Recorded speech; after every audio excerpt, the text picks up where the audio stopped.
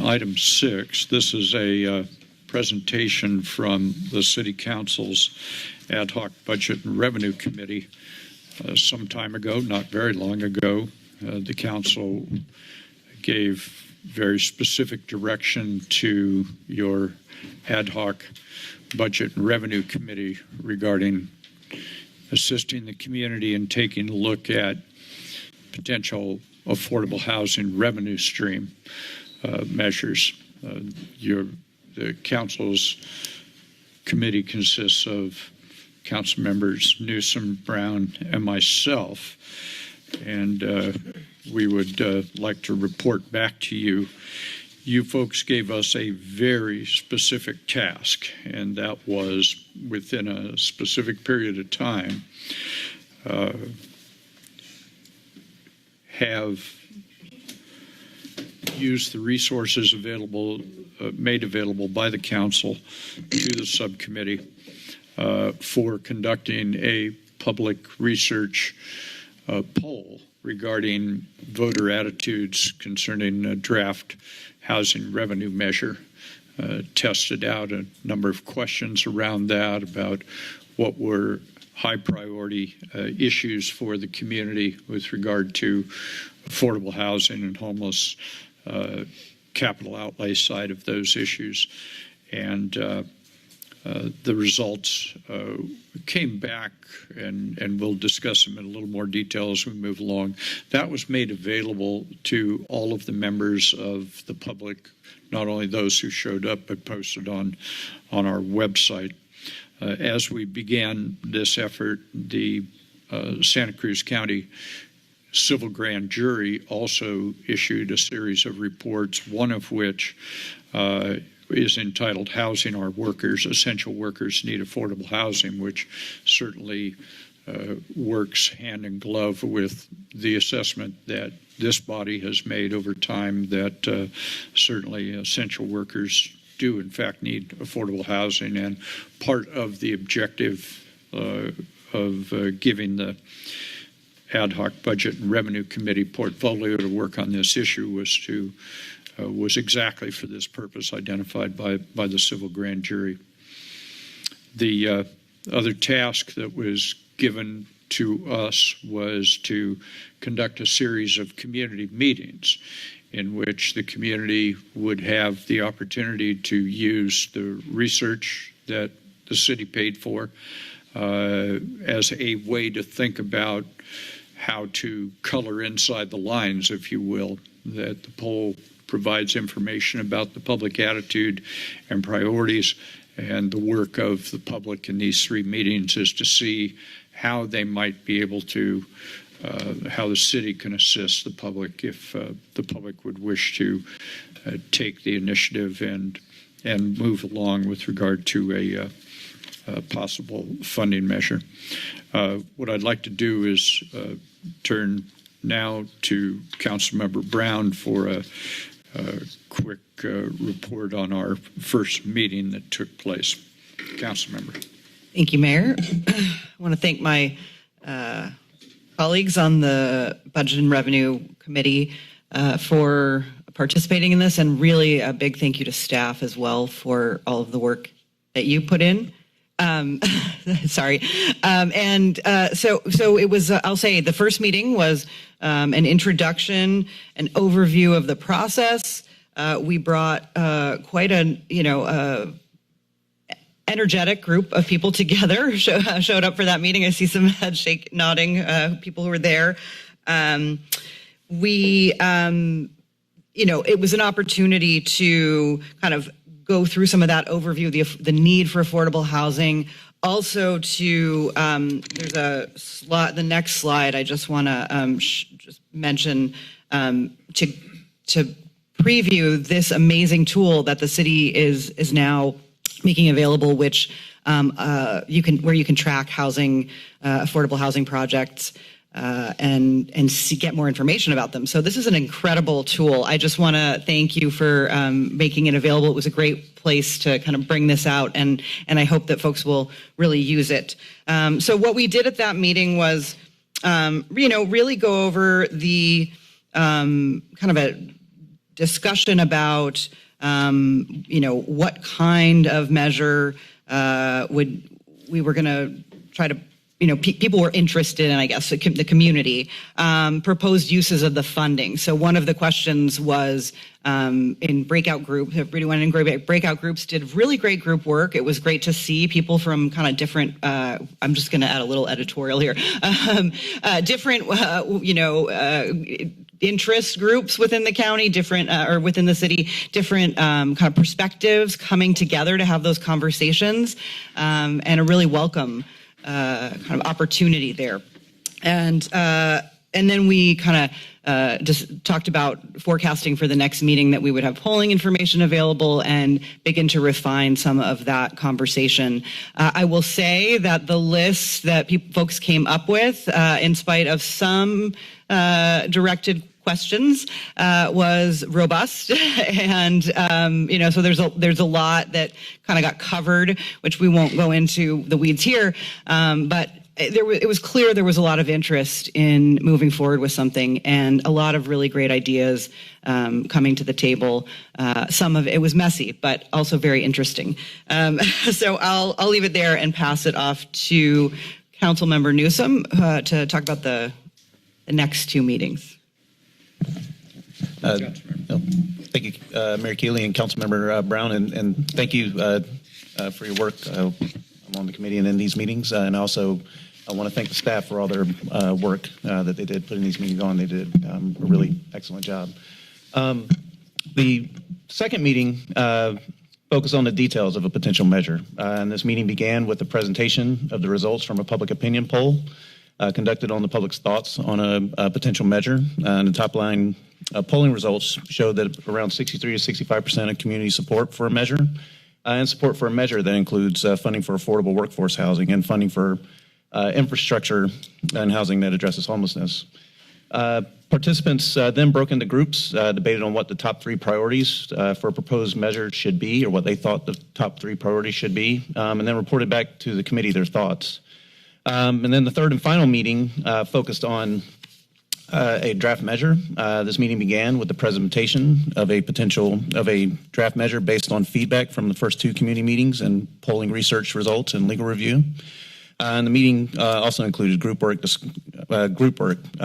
those in the groups discussing and then recording specific feedback from community members on changes to draft measures, including eligible uses, accountability, specifying affordability levels, clarifying support for types of measures, and clarifying preferred amounts for levying a tax in the measure. Thank you. I believe that it's fair to characterize when the last meeting, the third and last meeting was conducted. At the end of it, or during the meeting, actually,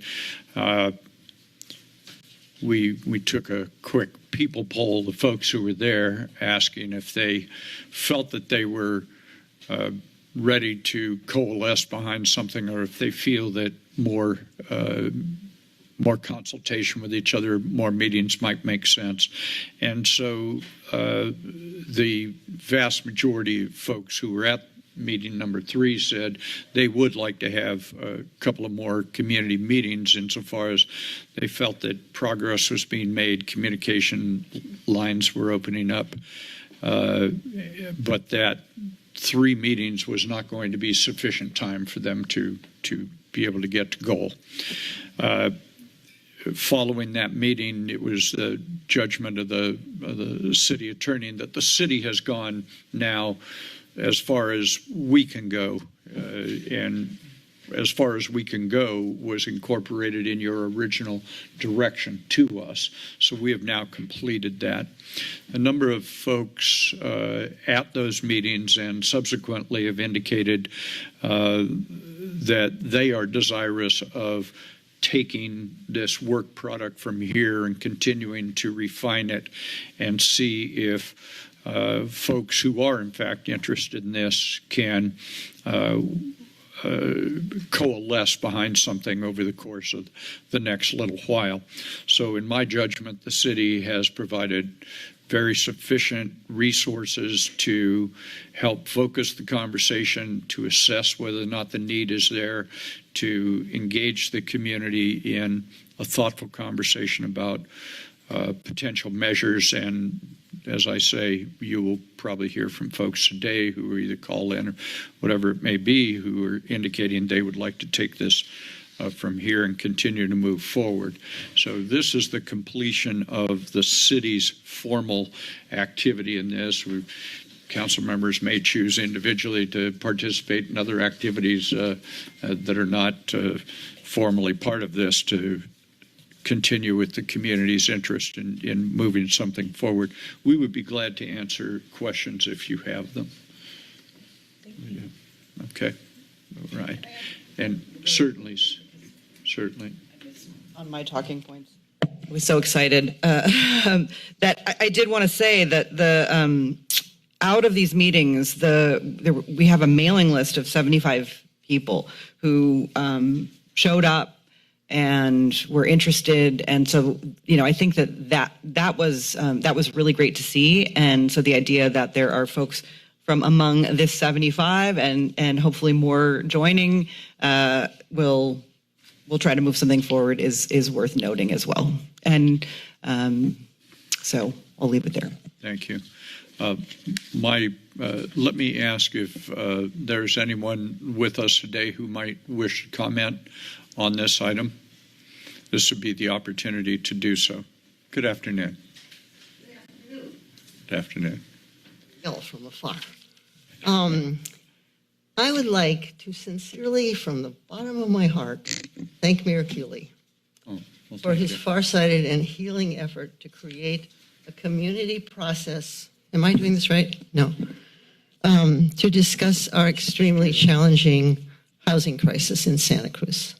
I can't tell you how gratifying it was for me 2 weeks ago to find myself in that room at the police station with people from all across the political spectrum, all eager to talk to each other about crafting a citizens' initiative. I think those not there would have been really surprised to see who was sitting at the tables talking to each other, people who don't usually talk to each other. And I think they would be pleased to see the mix of people and the animated and friendly conversations that were happening.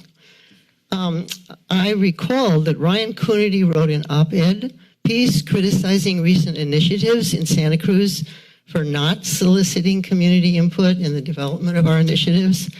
And it seemed to me that our mayor, Mayor Keeley, was trying to correct that problem by soliciting broad community input into the Affordable Housing Initiative. The spirit and hopefulness in the room was so palpable that Mayor Keeley, as he said, offered to extend the meeting later that night and into 2 more meetings. I left feeling really good about our city. Yesterday, I found out that support is not going to be ongoing as we had expected. I was all ready for the 4th meeting tomorrow night. It seems now that the city cannot or will not, I'm not sure, support Mayor Keeley's effort to provide ongoing support to this collaborative process. I'm disappointed, but I fear that I'm afraid that something positive is being aborted prematurely. My only hope now is what Mayor Keeley and others have suggested, is that leaders and supporters among all the groups represented at those first 3 meetings, including both sides in the recent Measure O and MG tax battles, will step forward, meet together, and at least try to continue the process sparked by Mayor Keeley. I'm afraid that without this kind of broad spectrum participation, the kind of carefully crafted and bold initiative that might have won support from a majority of our community just won't happen. We need this to happen. We need this process to happen. Thank you. Thank you. Ms. Bush, do we have anyone online who's going to be commenting on this? So, Ms. Carrillo, good afternoon. We'll start with someone online after Ms. Carrillo. Hi, everybody. Good afternoon. I also was inspired and grateful to see the city and the community coming together and having this discussion about raising money to directly address our housing crisis, which we all know is a crisis. And I think everybody in our community can agree that we need housing for very low through moderate income earners in order for our city to be diverse and inclusive. I went to the community meeting 2 weeks ago to understand the discussion and the strategies to build a fund that would be directed to building housing for those that are priced out of one of the least affordable cities in the country, as you know, if not maybe the world, I can't remember. I learned that the aim was to raise money through a nominal and probably agreeable $95 parcel tax. But a Zoom participant's query about real estate transfer taxes sparked my interest. Sandy explained that the staff had run numbers on how much this one-time tax could bring in based on a measure that San Jose voters adopted in 2020. San Jose has a graduated tax in place on only sales that exceed $2 million. She said that based on that model, Santa Cruz would take in about $10 million a year, which didn't mean anything to me because I didn't know what to expect at all. And then we were given a chart that showed how much income would come in from the property tax that we were hoping to put into place. And it said $1.5 million. And as you who were there know, I was shocked to see the difference and wondered why we weren't aiming for the $10 million, because we need it. And that would leverage a lot more money.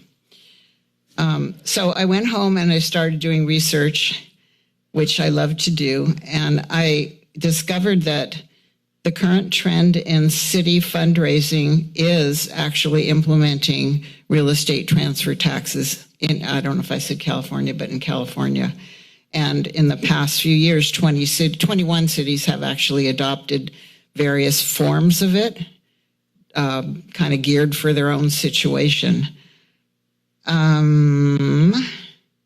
But although everybody I spoke to wanted to raise the larger amount of money, basically the attitude was that it can't happen here, can't happen in Santa Cruz. That the Santa Cruz Board of Realtors and the group, the powerful group Santa Cruz Together, would fight tooth and nail. Do we have a timing? Go ahead, I didn't know it. I'm almost done, and I slowed down in speaking because I didn't know we had a time. So what I've envisioned, a little bit along Barbara's lines, but more specific, as we seek ways to move forward to help our friends, neighbors, essential workers, and unhoused, it's my deepest hope that representatives of these groups will join with the other groups with all the groups to redirect a tiny portion of our real estate boom by devising a modification of what other cities are doing, so that our fund for low-income housing can see far greater returns than it would through a parcel tax. And that could be, less than 10, could be 5 million, but it would be a boon. Can we work together to arrive at a compromise to support those who work to support our city? Let's make history and show that we can. And I just wanted people to mull that over in our community. Thank you, Ms. Carrillo. Thank you very much. Ms. Bush, we'll take the first person online now. Yeah, thank you. Good afternoon. Yeah, this is Garrett. Hey, the creating the bond meeting process so far was mostly a very strange, actually backwards workshop version of what's known as the Delphi technique.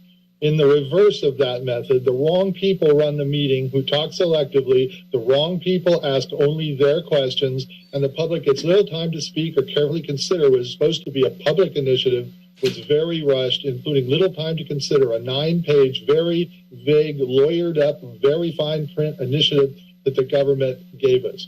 After quiet consideration at home, my opinion of the city's draft is that it is a well-concealed blank check and no more. It's a forever, permanently, yearly increasing parcel tax capable of generating huge unknown debt obligations for very vaguely described uses, allowing even undefined ones. Also shocking as it allows the council to change mostly all of it at will later. There was no actual voting of the people taken. The operative phrases of the fund uses are in accordance with, including, but not limited to, which means maybe this or maybe that or maybe something else undefined, whatever the city wants, and ends on the date of a repealing initiative, meaning it normally would tax in increasing amounts forever and can encumber unrevocable large debts at unknown interest rates. All of the uses need better definition by the people, as this is a special purpose public initiative act and not just a huge list of vague sales job, Trojan horse, shiny objects which may or may not get funded. It also allows the funds to sponsor further initiatives and not to produce any results, just ever higher taxes. That 98% of the people will pay to no self-benefit, and regressively the poor will also pay in higher rents due to higher parcel taxes. It may very well hurt vastly more people than help those that it is supposed to. And the workforce housing is a sham cover concept because there's no way to prevent, for instance, foreign or out-of-state or out-of-county students or the better off from being subsidized. The what, where, when, and how much for every use is way too vague. I'm personally not interested in subsidizing indoctrinated transient students getting degrees in Marxist sociology with a minor in man-hate feminism, going back to their rich daddy suburbs elsewhere to foment insurrection. Maybe the people need their own lawyer in this one. As to the homeless part, you haven't anywhere near finished job number one of first finding a fiscally efficient, economically sustainable basis of preventing huge unsanctioned encampments, which is really the only thing everybody agrees on, as your very expensive responses so far are running out of money. And I understand it's a problem and we need to work on that. Focusing on that modest objective that everybody agrees on before asking for an extra endless supply of welfare money to do the impossible for a city, end homelessness in our time, be the goal. If the Fed, state, and county aren't taking this on, how can we trust that you will succeed when they have not? Thank you. Thank you, Mr. Phillip, and thank you for attending the meetings. Anyone else with us today wish to come in? Anyone else online? We'll go to the next person online. Good afternoon. Good afternoon. This is Jim Weller. Am I being heard? Good afternoon. Jim Weller here. Am I being heard? Yes, you are, Jim.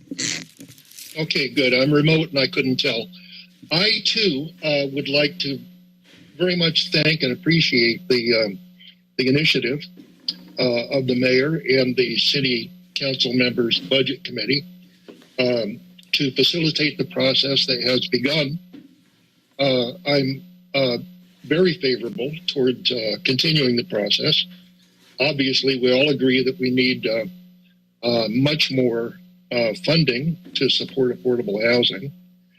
And although the process to date has been messy, one might say, and confusing to some, I, for one, am ready to step up and take part in a community-based group that carries the process forward. And I still think that it's very much worth the effort. I agree with Ms. Carrillo that a documentary transfer tax increase could be an extremely useful new source of revenue. And clearly, I've done the analysis myself. Clearly, it would produce something on the order of $10 million a year if we charged 1% of the value of each transaction. However, I'm very concerned about the political prospect of trying to move forward with that proposal, with a documentary transfer tax proposal, because indeed, as Ms. Carrillo said, it would attract fierce opposition from the real estate sector, which would no doubt be extremely well funded. And I'm afraid that if we were to switch to a proposal along those lines, it would derail the progress we've already made toward a successful parcel tax. So I'd like the documentary transfer tax proposal. I'd like to go forward with it in a measured and deliberate way, but not now. I want to go forward with the the developing parcel tax proposal and get it done in the way that it has begun. So that's all I have to say. Thank you. Thank you, Mr. Weller. Ms. Bush, anyone else online? Yes. Okay. Tell me when you're ready. Good afternoon. Good afternoon. This is Jane Barr with Eden Housing. Thank you for dealing with this issue today. I was pleased to attend 2 of the 3 meetings. I'm very proud of the City of Santa Cruz for the work they're doing in housing currently, and look at this as another step forward to serve their population. There's possibly going to be a bond at the state level for funding for affordable housing. That's great. It may or may not pass, but it will still require local gap financing from cities. And I look at this bond as being able to fulfill that and allow the city to move forward with its allocation on the regional housing needs assessment as outlined in the state and by AMBAG. I think it's critical that this move forward, and we are totally in support of the city and appreciate the work that the city has been doing, and hopefully that the residents of Santa Cruz will pick up from here on. Thank you. Thank you, Ms. Barr. Do we have anyone else, Ms. Bush? We do. Tell me when you're ready.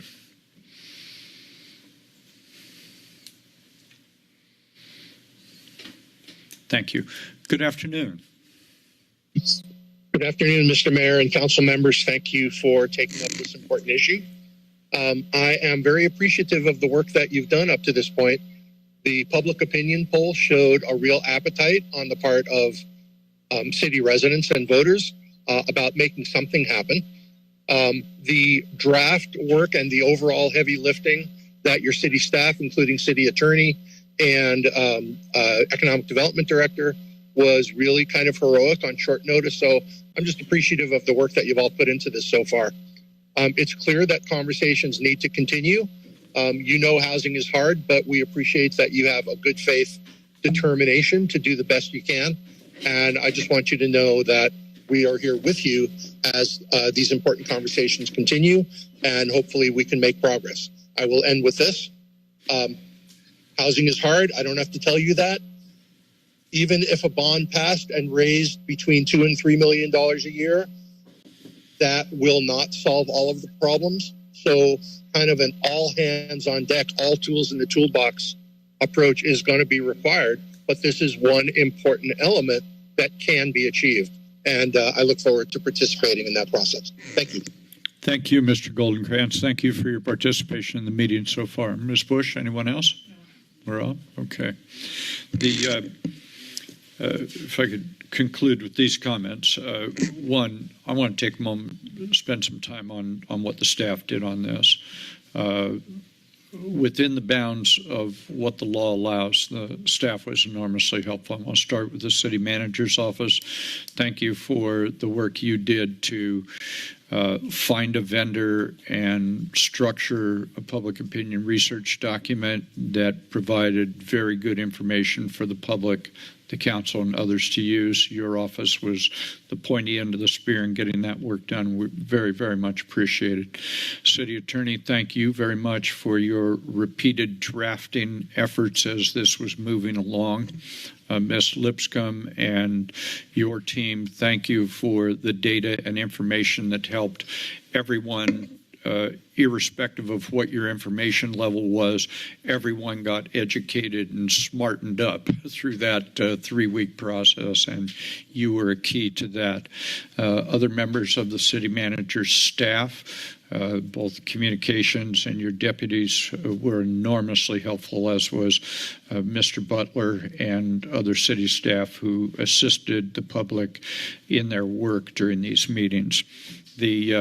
There is, I will say, a strong interest in the community. I suspect council members Newsom and Brown have received the kind of feedback I've received in the last week or so, which is we community would like to continue these conversations, and we'll take the handoff from here. but encouraging us to be involved with them as we move along in our individual capacities in life. So thank you all very, very much for this. I think it's a good start. I see that Mr. Lane and Ms. Johnson have shown up.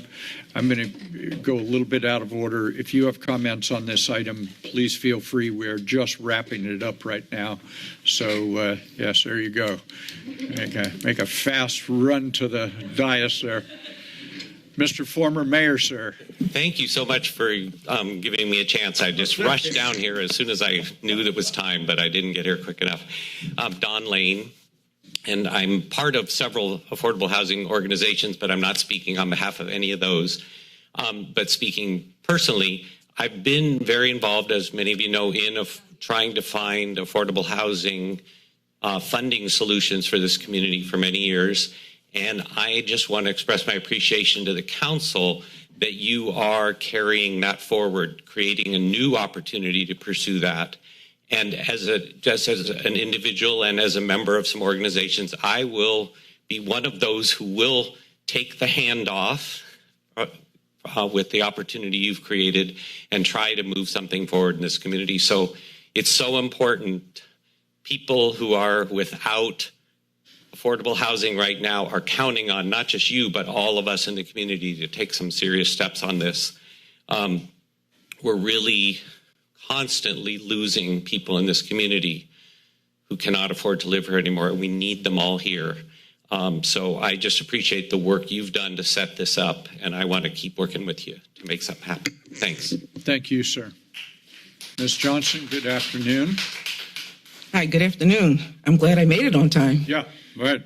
Well, thank you for the opportunity to be here. I just wanted to take a few minutes to acknowledge you, Mayor Keeley, the city staff, and everyone who has put their time and effort into putting this bond together. It speaks volumes, the invitation to the community to be of support, to have a voice in putting this bond together. It speaks volumes of how we want to continue to have the community to grow. So I want to commend you and the city staff and the council for taking that leap, because it's a big leap, and it was a great leap, because I attended all three of those meetings, and I was very pleased with how the community got to come together and to be a voice into what we put together versus something being told to them. So I commend you for that. And I too stand here before you. Affordable housing is so critical in this community, and whatever we can do to continue to move this forward, you have my support. Ms. Johnson, thank you so much. Thank you for your good work overall every day on this topic. Very much appreciated. You're so very welcome. Thank you. Thank you for that. Ms. Brown. I don't want to prolong this any longer, but I did want to just, I realized that there were some things that I wanted to say about the interactive map. I was so excited. I just said, oh, great. Look at it. Everyone look at it. See what I see. So I did want to say, because it's kind of in response to this question about revenue measure that could bring in more than a parcel tax, which I also support, and I'm not going to talk about that here. But what I did want to say is that if you go and look at that map, or just think about affordable housing that gets built in our community, it really illustrates the need for a local revenue source. And and one of the things that really was emphasized, and I know this, but it just hit home really clearly at our third meeting, that this is really like having a small amount of money, even if it's not enough to do near what we want to see happen, it is the critical money to fill gaps when affordable housing projects have almost all the funding they need, but maybe need like a little bit more to get it over the finish line. So while a small amount of funding, very critical for the city's efforts. And I myself have seen in my time on the council projects that have actually come to fruition because we had small amount of money in our affordable housing trust fund. So I'm all for any and all resources that we can get towards this need, and want to have the conversation with the community as we move forward. Thanks for letting me jump in again. Thank you very much. Any other comments? Please, Ms. Brenner. Thank you. Thank you for that presentation and for the information and the detailed updates. As you know, to avoid any violation of Brown Act, all of us were not involved in those meetings, but I did pop in for 15 minutes on one of the meetings and saw a pretty full room, which was encouraging. I do want to just quickly ask if the city manager's office and specifically communications, it might be helpful, and maybe it's already being thought of and done, to have some kind of conclusion statement to the process thus far for the public. I think there's still uncertainty and questions about what the city is doing and not doing. Can you or won't you or will you? People are confused, and so I've happily met with different people who have asked about the process, who don't quite understand the legal limitations. And I think it would be helpful if there was kind of a summary that we could put out for the public to say, hey, this is what we did, this is where we are at, and now the community is taking this further, and just kind of some wrap up. All right, fair enough. Thank you. Be glad to work with the city manager in that Thank regard. you. Thank you.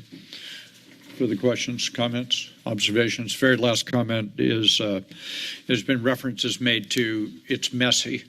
I'm happy it's messy. Having had the great honor of serving in the legislature to represent you there, I'll tell you that's 24/7 every day of the week. When you make legislation, write laws, or attempt to, it's designed to be messy. It's not supposed to be neat and orderly. It's supposed to be messy. There's lots of points of view. There's a lot of people walking in with all kinds of information, misinformation, not enough information, too much information, all kinds of things, points of view, lived experience, all sorts of things. So you put everybody together, it shouldn't surprise anybody. It's going to be a little messy, and it might take longer than 3 public meetings to get to goal.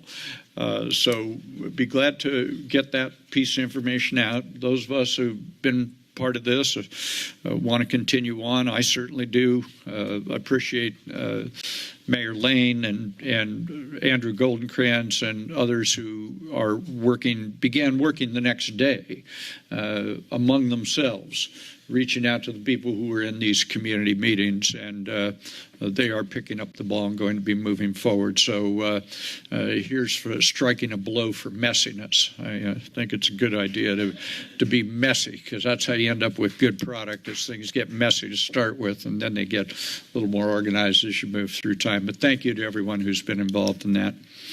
We are now on item 7. This is